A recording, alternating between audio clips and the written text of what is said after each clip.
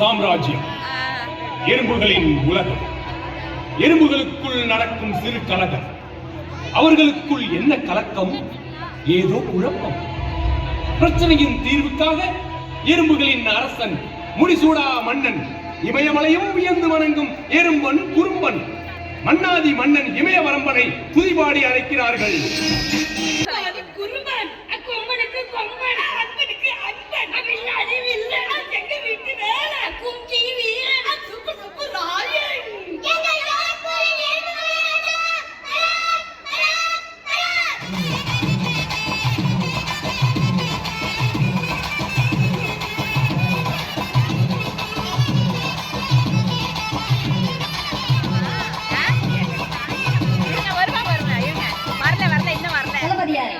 நமது உணவு களஞ்சியத்தில் உணவுகளின் எண்ணிக்கை குறைந்து கொண்டே வருகிறது.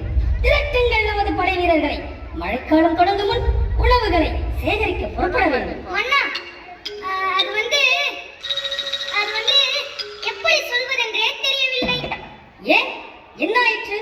பிரபு, உணவு சேகரிக்கும் படை வீரர்களில் பாதி பேர் மெடிக்கல் லீவில் வீட்டிற்கு சென்று விட்டார்கள். என்ன மெடிக்கல் லீவா? என்னதான் ஆச்சு சோல்ஜர்ஸ்க்கு? மன்னா, சிலருக்கு கொலஸ்ட்ரால் ப்ராப்ளம், சிலருக்கு சுகர் கம்ப்ளைண்ட், இன்னும் சிலருக்கு பிபியோடு சேர்த்து இதய கோளாறு, பலருக்கு ஃபுட் பாய்சன் ஆகி வயிற்று தொல்லையால் கிழக்கு மேட்டிற்கும் கம்மாங்கரைக்கும் ஓடிக்கொண்டிருக்கிறார்கள் பிரபு. அவர்கள் சாப்பிட்ட சாப்பாடால் வந்த வினை மன்னா. என்ன சுறுசுறுப்புக்கும் ஆரோக்கியத்திற்கும் பேர் போன நமக்கு இப்படி ஒரு சோதனையா? உணவால் பிரச்சனையா? எங்கே உணவு அமைச்சர்?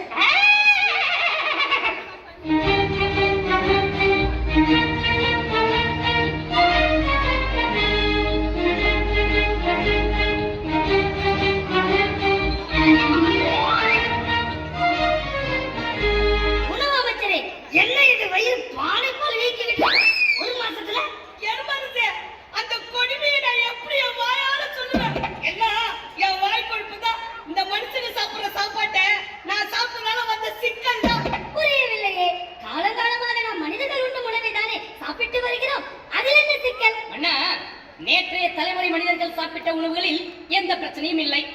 இன்றைய தலைமுறை இளைஞர்களும் குழந்தைகளும் விரும்பி சாப்பிடும் ஃபாஸ்ட் ஃபுட், ஜங்க் ஃபுட் போன்ற நவீன உணவுகளால் தான் எல்லா பிரச்சனையும். ஃபாஸ்ட் ஃபுட், ஜங்க் ஃபுட் அப்படி என்றால்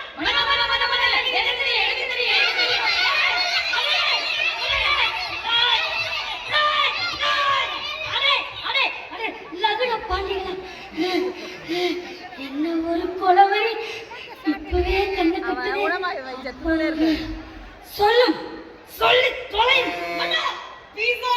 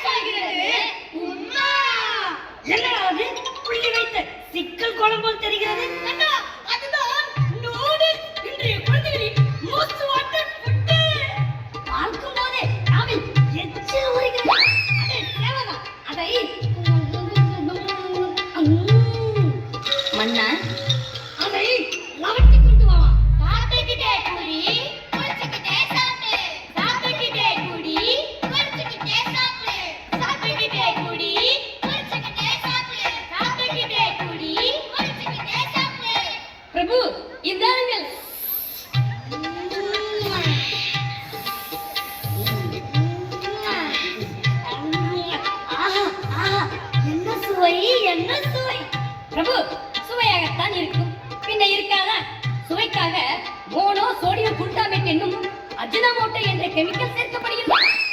இது நாவின் நியூரான்களை அதிக அளவு தூண்டி ருசியை நாக்கிற்கு காட்டுகிறது.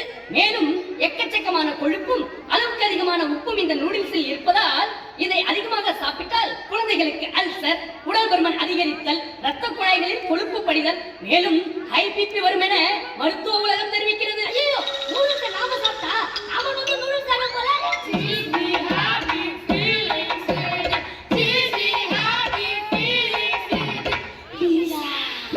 அடே, அந்த குழந்தை சாப்பிடுகிறதே அது என்ன?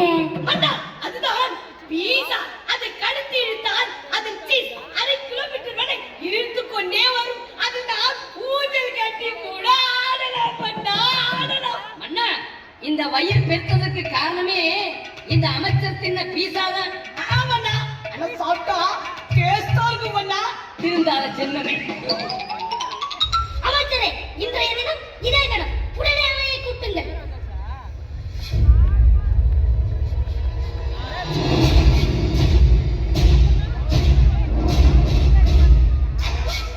மனிதர்கள் தங்கள் குழந்தைகளுக்கு நல்ல கல்வி, நல்ல உடை, நல்ல சுற்றுப்புற சூழல் என பார்த்து பார்த்து செய்கிறார்கள்.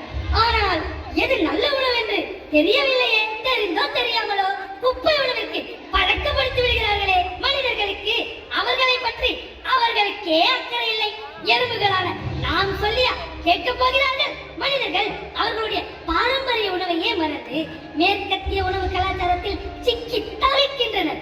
ஆமாம் பிரபு, அது மட்டுமல்ல, மனிதர்கள் தங்களுடைய பாரம்பரிய உணவை மறந்து மேற்கத்திய உணவு கலாச்சாரத்தில் அடிமைப்பட்டு விட்டார்கள். எறும்பு சகோதரர்களே, நோயிலிருந்து காக்கும் கவசமாகவும் நோயுடன் போராடி வெல்லும் வீரனாகவும் உணவே உற்ற மருந்தாக செயல்படுகிறது. அதனால் தான் நாம் உழைப்புக்கும் சுறுசுறுப்புக்கும் பேர் போனவர்கள் என்று கருதப்படுகிறோம். இன்று முதல் நாம் பாரம்பரிய உணவுகளையே உண்ண வேண்டும். இயற்கை உணவுகளை சேகரிக்க வேண்டும். உணவே மருந்து, மருந்தே உணவு. உணவே மருந்து, மருந்தே உணவு. உணவே மருந்து, மருந்தே உணவு.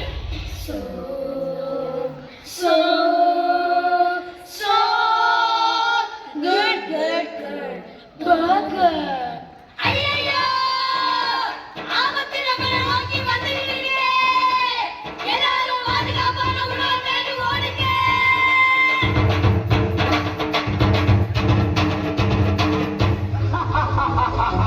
கல்யாண சமையல் சாதம், காய்கறிகளும் பிரமாதம், அந்த கௌரவ பிரசாதம் இதுவே எனக்கு போதும்.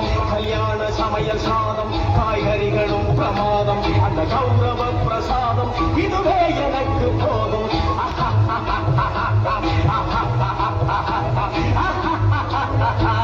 புளியோதரையும் சோறு வெகு பொருத்தமாய் சாம்பாரு.